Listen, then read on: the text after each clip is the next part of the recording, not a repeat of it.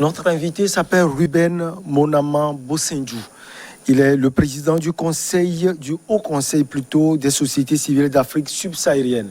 C'est un Congolais de la République démocratique du Congo. Alors, cher ami, bonjour. Bonjour Michel. Vous allez bien? Oui, je vais très bien au rythme de notre indépendance. Allez, parlant de l'indépendance, justement, le 30 juin passé, c'est-à-dire mercredi, passé, votre pays a célébré ses 61 ans d'indépendance. Comment ça s'est passé, loin de la terre natale? Oui, loin de la terre natale. Écoutez, ici au Togo, c'est d'abord la communauté congolaise qui a organisé un moment de prière. C'était la prière chrétienne.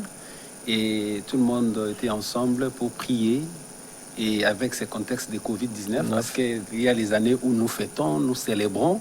Mais cette année, avec ce contexte de Covid-19, on n'a pas vraiment fait quelque chose. Mais moi, chez moi, à la maison, c'était une fête parce que j'ai écouté la musique. J'ai essayé un peu de repenser parce que, au niveau, parmi le père de l'indépendance, il y a Bolikango.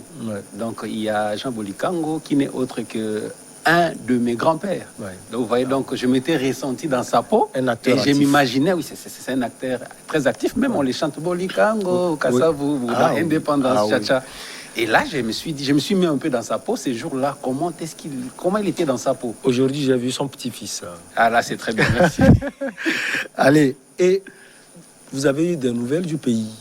Oui, chaque jour, on est connecté au pays. Comment la fête s'est passée? Bon, c'était la même chose partout. C'était la même chose partout. C'était en méditation. Il y a eu des prières et tout ça. Voilà, c'était un peu ça, quoi. Allez, on va parler de votre pays. 61 ans après l'indépendance, donc, la RDC semble encore bien loin d'être l'état de droit dont les Congolais avaient rêvé en 1960. L'état des lieux de la situation socio-politique en RDC, selon vous, Ruben? Oui, parler de l'état des lieux, ça sera un peu difficile. Je pourrais plutôt faire une rétrospection de mon pays par rapport aux dirigeants. Parce que mon pays a connu les dirigeants d'avant la proclamation de la démocratie et d'après 90.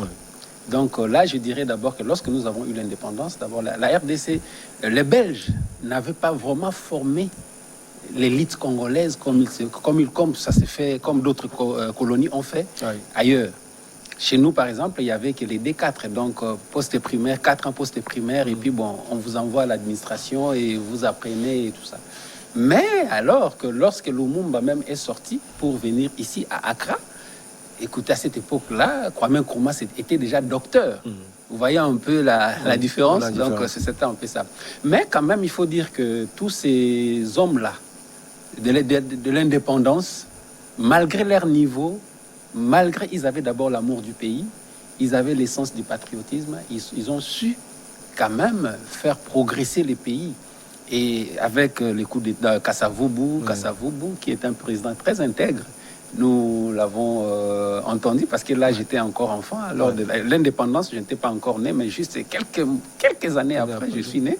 Donc, on a entendu parler de Kassavubu et tout ça. Et puis, lorsqu'il y a les coups d'État de Mobutu, c'est en tout cas Mobutu qui nous a façonnés dans ces pays-là parce que nous avons vécu sa période. Donc, l'époque du Zaïre.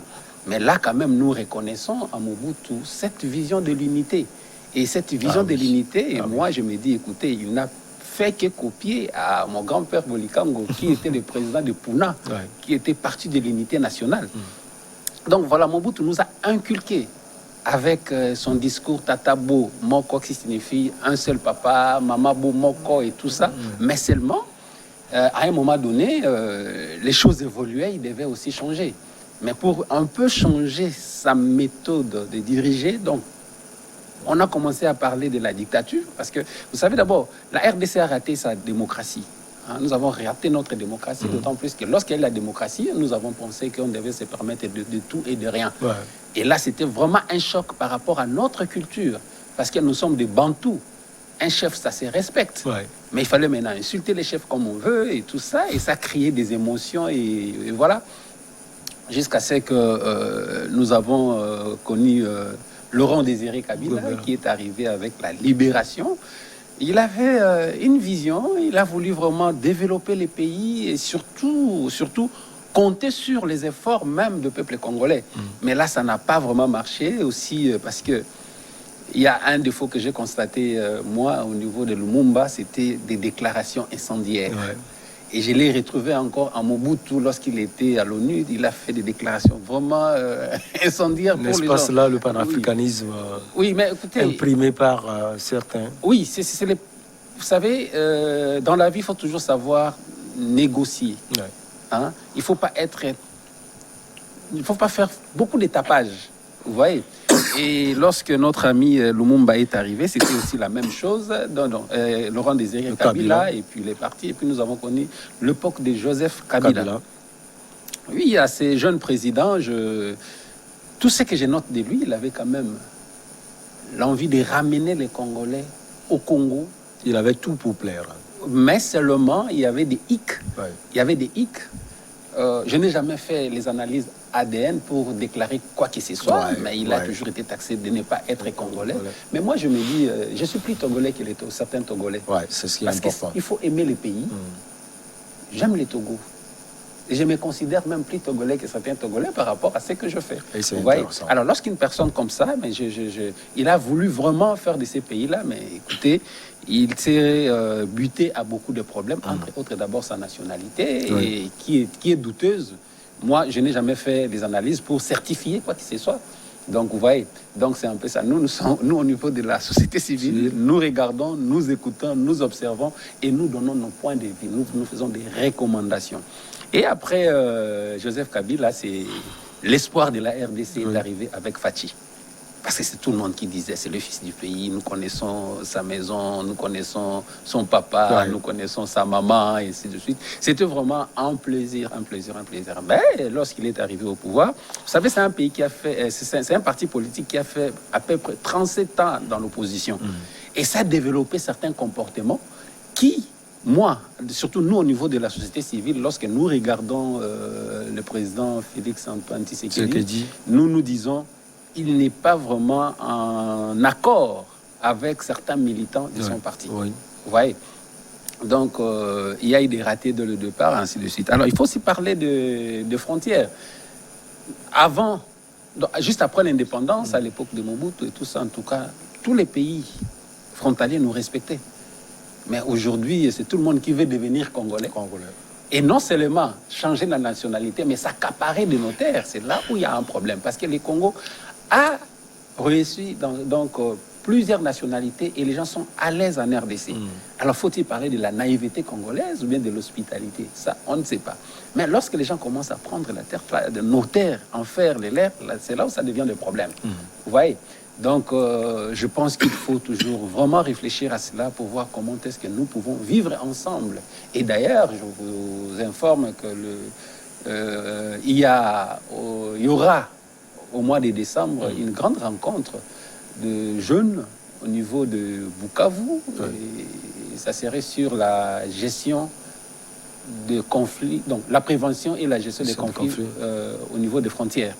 Et ça, beaucoup de pays d'Afrique de l'Est, l'Afrique australe, l'Afrique centrale vont se retrouver à Bukavu. Et ce qui est un peu très...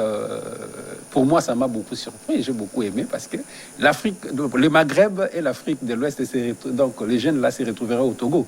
Vous voyez, moi je me dis, bah, écoutez, les choix étaient très bien faits parce qu'on a pris un pays qui est instable à un pays qui est stable, où il y a la paix et où il y a déficit de paix. Et ça se fera, ça va se tenir simultanément au même moment. Donc là, je pense que les gens vont réfléchir par rapport à la paix, surtout au problème. Parce que chez nous, en RDC, c'est le problème de frontières. Vous comprenez? C'est nos richesses. Les gens, au lieu de venir prendre ça, au lieu de venir négocier, ils veulent voler. Non seulement voler. Donc, vous êtes trop riche. Voilà. C'est ça aussi votre problème. Non, écoutez, je pense que c'est une bénédiction pour l'Afrique. Mon pays, c'est une bénédiction pour l'Afrique. Et là, s'il faut encore parler de notre armée. L'armée de l'indépendance, ce qu'on appelait force nationale, c'était vraiment une armée très forte. Et même à l'époque de Mobutu, et là, lorsque je regarde les pays, je fais un peu de comparaison. À l'époque de Mobutu, il disait Tokowa Pona Ekolo, c'était notre devise. Mais aujourd'hui, notre devise est devenue ne jamais trahir le Congo. Or, on ne dit jamais, jamais. Vous voyez? Donc nous devons rester dans la logique et dans certains principes universels. Lorsqu'on dit on ne trahit jamais le Congo, et c'est là où il y aura donc l'armée sera même le moteur de la trahison. Parce que chaque fois, il y a des coups bas. Et dernièrement, le président de la République, qui fait confiance à son armée, il arrive au niveau de Goma. Et lorsqu'il a voulu voir un peu l'effectif de l'armée, imaginez-vous qu'on lui a fait comprendre qu'il y a 21 000 militaires, alors qu'en réalité, il n'y avait que 5 000. Où sont partis les 16 qui sont payés chaque mois? Ouais. Dès que les militaires commencent à avoir la douceur de l'argent, c'est qu'il n'a plus le sens patriotique. Ouais. Alors moi, je me dis, s'il faut proposer, on doit retourner dans cette logique-là de dire « Tokowa po na école ». Cela veut dire nous allons mourir pour le pays. Et non de jamais trahir les Congos. Vous êtes prêt à mourir pour votre pays. Voilà, ça c'était, voilà. Déjà, ça rentre même dans la vie de la personne, ça rentre même dans la vie on voit la fierté en vous. C'est la fierté, vous avez même, lorsqu'ils vont combattre, ils disent quoi pour non, je vais mourir pour le pays. Mais lorsqu'on dit ne jamais trahir, non, ça ne marche pas. Moi, je pense, et même, je pourrais même dire par rapport à notre hymne national. Vous savez, la RDC, c'est un pays, c'est d'abord un grand pays. Et lorsque je regarde, nous, on a commencé l'école avec des bouts congolais, avec l'hymne national actuel. Et après, on a changé par Zaïrois dans la paix, retrouvé. Peuple uni, nous sommes mes Zaïrois. Vous savez, donc voilà, on parle de l'unité, on dit que nous sommes fiers, nous sommes... Voilà, il faut aussi voir ce que nous disons, ce que nous chantons. Il y a une force qui revient vers nous pour pouvoir faire démarrer les pays. Moi, je me dis, si la Zaïroise, c'est un problème, qu'on change, qu'on mette seulement la Congolaise à la place des Zaïrois, on dit Congolais dans la paix, retrouver. Et là, nous appelons la paix vers nous. Ouais. Pour moi, voilà un peu, si je dois faire un peu cette... Et puis les paniers des ménagères, à cette époque-là, les gens mangeaient un peu très bien et tout ça, mais la RDC n'a pas droit à la misère. Vous venez de le dire vous-même, que nous sommes très riches. Malheureusement, nous sommes l'avant-dernier pays où sévit l'insécurité alimentaire. Vous vous rendez compte? Avec notre terre, avec notre sous-sol, on ne pouvait pas vivre comme ça. Donc je pense que le président actuel, le président Joseph, donc qu'est-ce que je vais dire, Antoine Félix Tshisekedi Fachi, comme on aime l'appeler, Fachi Béton, doit vraiment bétonner les pays de telle sorte que nous puissions mieux vivre. Mais le problème, c'est sa vision qui n'est pas bien perçue par ses collaborateurs. Et ça a commencé déjà à la présidence, depuis qu'on a fait tout pour qu'il soit séparé d'un monsieur qui était son Vital Kamerhe, Vital Kamerhe, où on a sali pour rien. Aujourd'hui, je trouve que c'est triste. C'est triste, c'est très triste parce que c'est un monsieur très intelligent, c'est un monsieur... et moi, je me dis, même je fais même la comparaison, je dis, mais ce monsieur-là, si c'était un autre leader politique, mais ça allait, le pays allait bousculer. Donc, on allait avoir des manifestations, ainsi de suite. Et c'est là où je jette toujours des fleurs à son parti politique. Je me dis, voilà, c'est un parti qui se respecte. Allez, vous avez parlé de beaucoup de choses, mais on n'a pas fait trop mention des difficultés au niveau des élections, répétées surtout les élections présidentielle dans votre pays, émaillé toujours de violence. Non, bon, je pourrais prendre peut-être violence, oui, mais nous ne sommes pas les seuls en Afrique. Ah oui. Et même pas au monde. Légion, oui. Nous avons vu aux États-Unis la terre de la démocratie avec Trump. Et, récemment. Voilà. Et je vous informe que j'étais pour Trump quand même. Donc, vous étiez pour Trump. Oui, voilà. Donc, moi, je me dis, le problème des élections, c'est l'Afrique, c'est le problème de l'Africain. L'Africain n'est pas habitué à ça. Donc, l'Africain, ça sera un peu une vision qui peut être considérée rétrograde, mais je me dis non. On ne devient pas chef. La chefferie, c'est dans les sangs. Ouais. Et avec notre pays, moi, les systèmes que je demanderais, qu'on adopte les systèmes de la communauté helvétique des Suisses. On ne peut pas avoir une seule personne qui va diriger toute cette population-là. Non. Il faut qu'il y ait une présidence collégiale. Ouais. Donc, le problème des élections chez nous, c'est ça. Donc, on se prépare toujours pour pouvoir gagner les élections. Et donc, la passation civilisée des pouvoirs en RDC, moi, lorsque je regarde, je dis, waouh, bravo, c'est une très bonne chose. La RDC a voulu un peu enseigner à beaucoup d'autres pays où personne ne croyait que ces élections devaient aboutir à... Même moi-même, je me méfiais, je me dis, écoutez, il y aura de morts, il y aura... Mais tout s'est passé très bien, dans les calmes et dans les coulisses. Il faut comprendre encore que cet homme-là qu'ils ont emprisonné a beaucoup joué sur ça. Voilà. Donc c'est ça la RDC. Ce n'est pas le problème des élections, c'est un problème africain. Okay. Mais il y a quand même des pays, il faut dire oui, ça se passe bien et qu'il faut féliciter. Voilà, c'est un peu ça. Et c'est l'incertitude également autour de la paix et d'un avenir meilleur pour ce beau pays, richissime pays, mais qui forcément a des soucis. Oui, s'il y a des soucis, c'est normal. C'est normal. Moi, tout vient d'abord de nos dirigeants.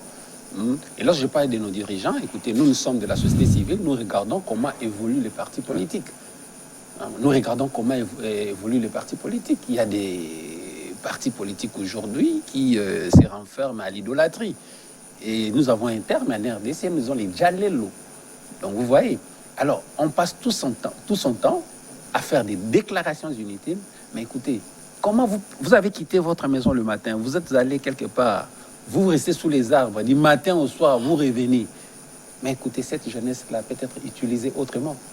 Et c'est là aussi, je vois aujourd'hui avec les ministres actuels des Finances, et il pourra faire un peu, il est en train de faire un peu des réformes. Monsieur Nicolas Kazadi, qui a été ici au Togo d'ailleurs, je pense qu'avec lui, d'abord, il n'y aura plus l'argent qui va sortir en désordre comme c'était auparavant.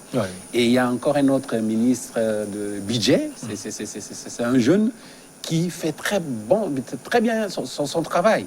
Je pense que c'est d'abord l'argent. Parce que l'argent rentre, mais lorsque l'argent, les recettes faites sortent pour de besoins réels, je pense que la population va se réjouir. Je crois vraiment en ces deux ministres des Finances et du Budget, je pense qu'ils pourront faire de très bonnes affaires. Et nous avons le ministère de l'Entrepreneuriat. Dernièrement, les ministres venaient de faire des séminaires, des formations avec des jeunes. Parce que lorsque je regarde comment les Togo, un tout petit pays, a pu créer des jeunes, aujourd'hui que je connaissais étudiants, qui faisaient les pieds, aujourd'hui roulent dans des voitures, je me dis, oh là là. Donc je souhaite vraiment à notre ministre de l'Entrepreneuriat qui fait déjà des efforts, qu'on puisse atteindre au moins les niveaux de jeunes Togolais qui sont dans l'entrepreneuriat. Et c'est un peu ça. Donc la misère, vivre dans la misère, en tout cas, ce n'est pas un droit pour les Congolais. Nous ne pouvons pas vivre. Nous ne pouvons pas vivre dans la misère. Il faut qu'il y ait vraiment des formations. Il faut qu'il y ait la création d'entreprises et surtout encore comprendre comment voulez-vous. Nous avons des industries, des sociétés minières un peu partout en RDC, mais vous arrivez là où est implantées ces sociétés minières qui renvoient des millions de dollars et des dollars à l'extérieur. La population est pauvre, il n'y a pas d'infrastructure, tout sens de suite.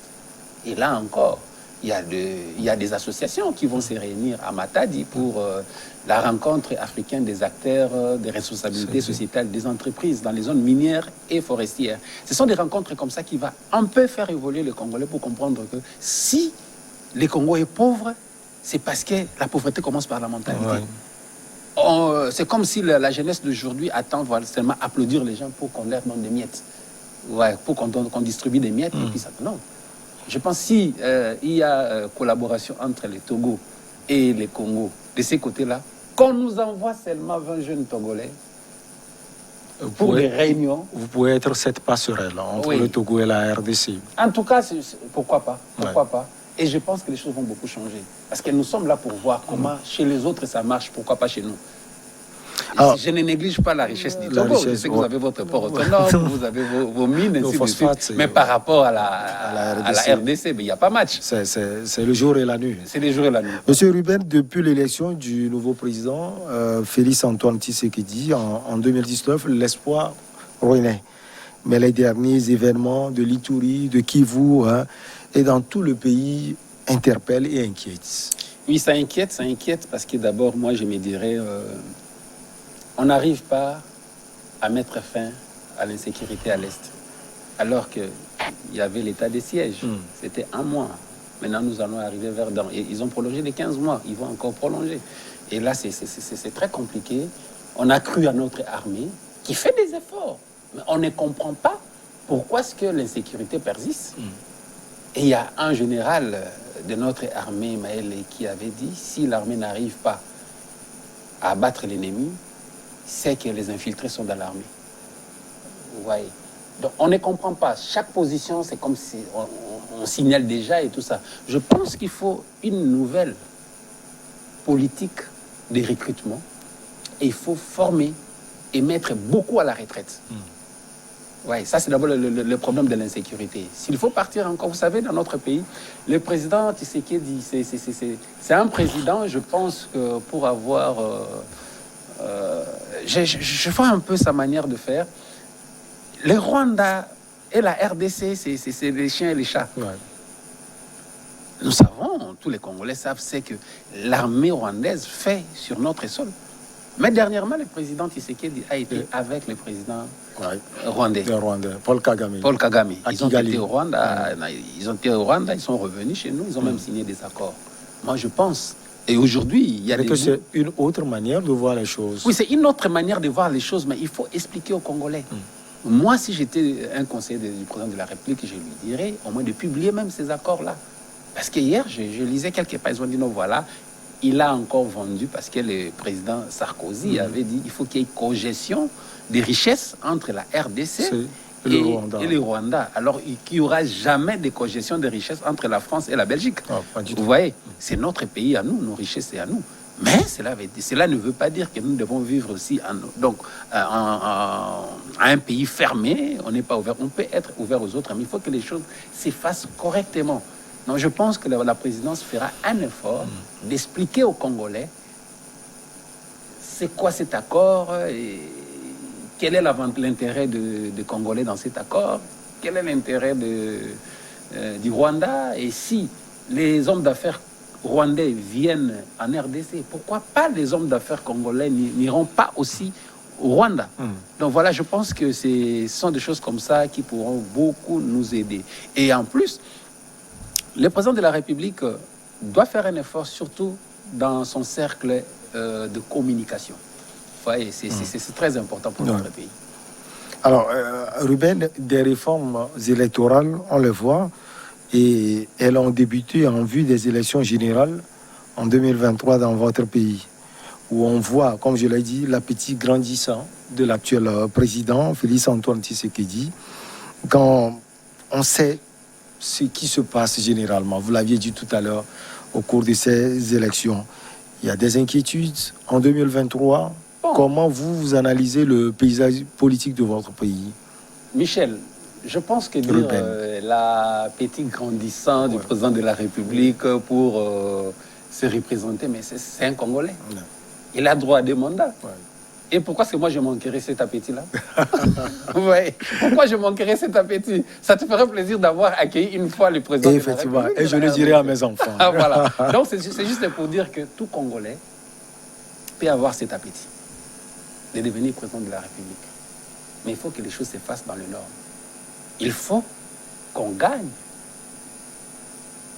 Pas dans les coulisses, mais il faut que ça se passe dans les urnes. Les urnes. Oui, parce qu'avec cette histoire de... Même cette réforme, ça inquiète aussi parce que déjà, je n'ai pas vraiment suivi parce que nous, au niveau du Haut Conseil de société civile, nous avons un département qui s'occupe des droits de l'homme. C'est à eux de voir tous ces problèmes-là électoraux. Mais j'ai essayé de lire que la proposition qui a été faite par rapport à un groupe de députés n'a pas été respectée.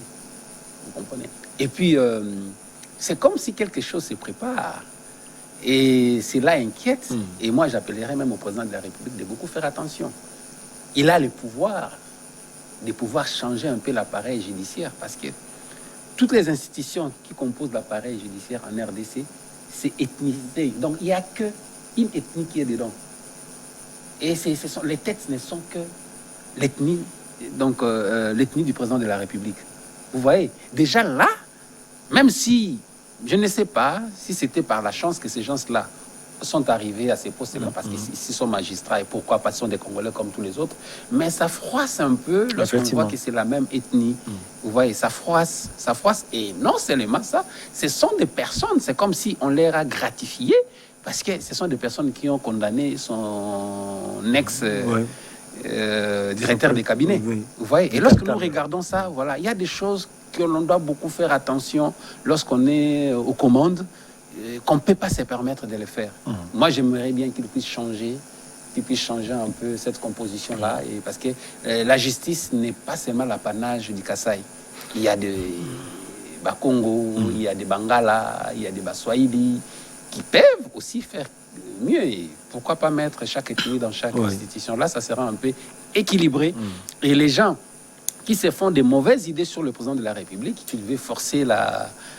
ou bien les gens qui peuvent croire qu'il a l'appétit grandissant, bien que c'est normal, ne feront pas de mauvaises idées pour dire que voilà, il veut tricher aux élections. Monsieur Ruben, on a encore 2 minutes. Vous êtes le président du Haut Conseil des sociétés civiles d'Afrique subsaharienne. C'est quoi? Et ensuite, parlez-nous un peu de Filinbin, cette société civile, ce regroupement de jeunes qui fait du bon boulot en République démocratique du Congo. Oui, ce n'est pas seulement en République démocratique du Congo. Le Haut Conseil de société civile, c'est une plateforme associative qui regroupe les associations du Togo, de Burundi, de l'Ouganda, de la Mozambique, des Zimbabwe, de la RDC.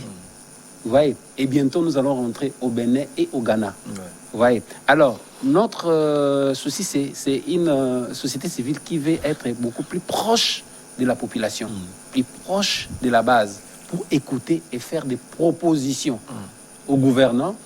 Et la société civile vise sur les actions, une synergie d'actions concertées. Si quelque chose se fait au Togo, on aimerait que ça se fasse au même moment ailleurs. Vous voyez, donc c'est un peu ça. Donc nous avons le projet de la campagne africaine contre la cybercriminalité. Aujourd'hui, le Haut Conseil est en train aussi de se débattre pour ce qu'on appelle les cinémas au féminin, avoir les femmes derrière la caméra. Donc avoir des films où on trouvera essentiellement que les femmes derrière la caméra, pas toujours devant. Le Haut Conseil a le Festival africain des films et des femmes cinéastes. Le Haut Conseil a un projet de festival international de culture, des langues et des traditions africaines. Vous voyez. Donc, nous voulons ramener la population en général et des jeunes en particulier de comprendre que l'Afrique, surtout subsaharienne, peut faire mieux et être un paradis. Ruben Monama Bossendiou, merci beaucoup à vous. Non, Michel, c'est à moi de vous dire. Ça a été un plaisir de vous avoir. Oui, écoute, moi je suis africain, c'est Monama, ce n'est pas Ruben, je ne suis pas juif. Je ne suis pas juif, c'est Monama. Et je tiens à vous dire que j'apprécie beaucoup votre pays. Merci beaucoup. Que je parte et je vous inviterai un jour. Allez, on va marquer juste une petite pause et on revient pour Regard Croisé.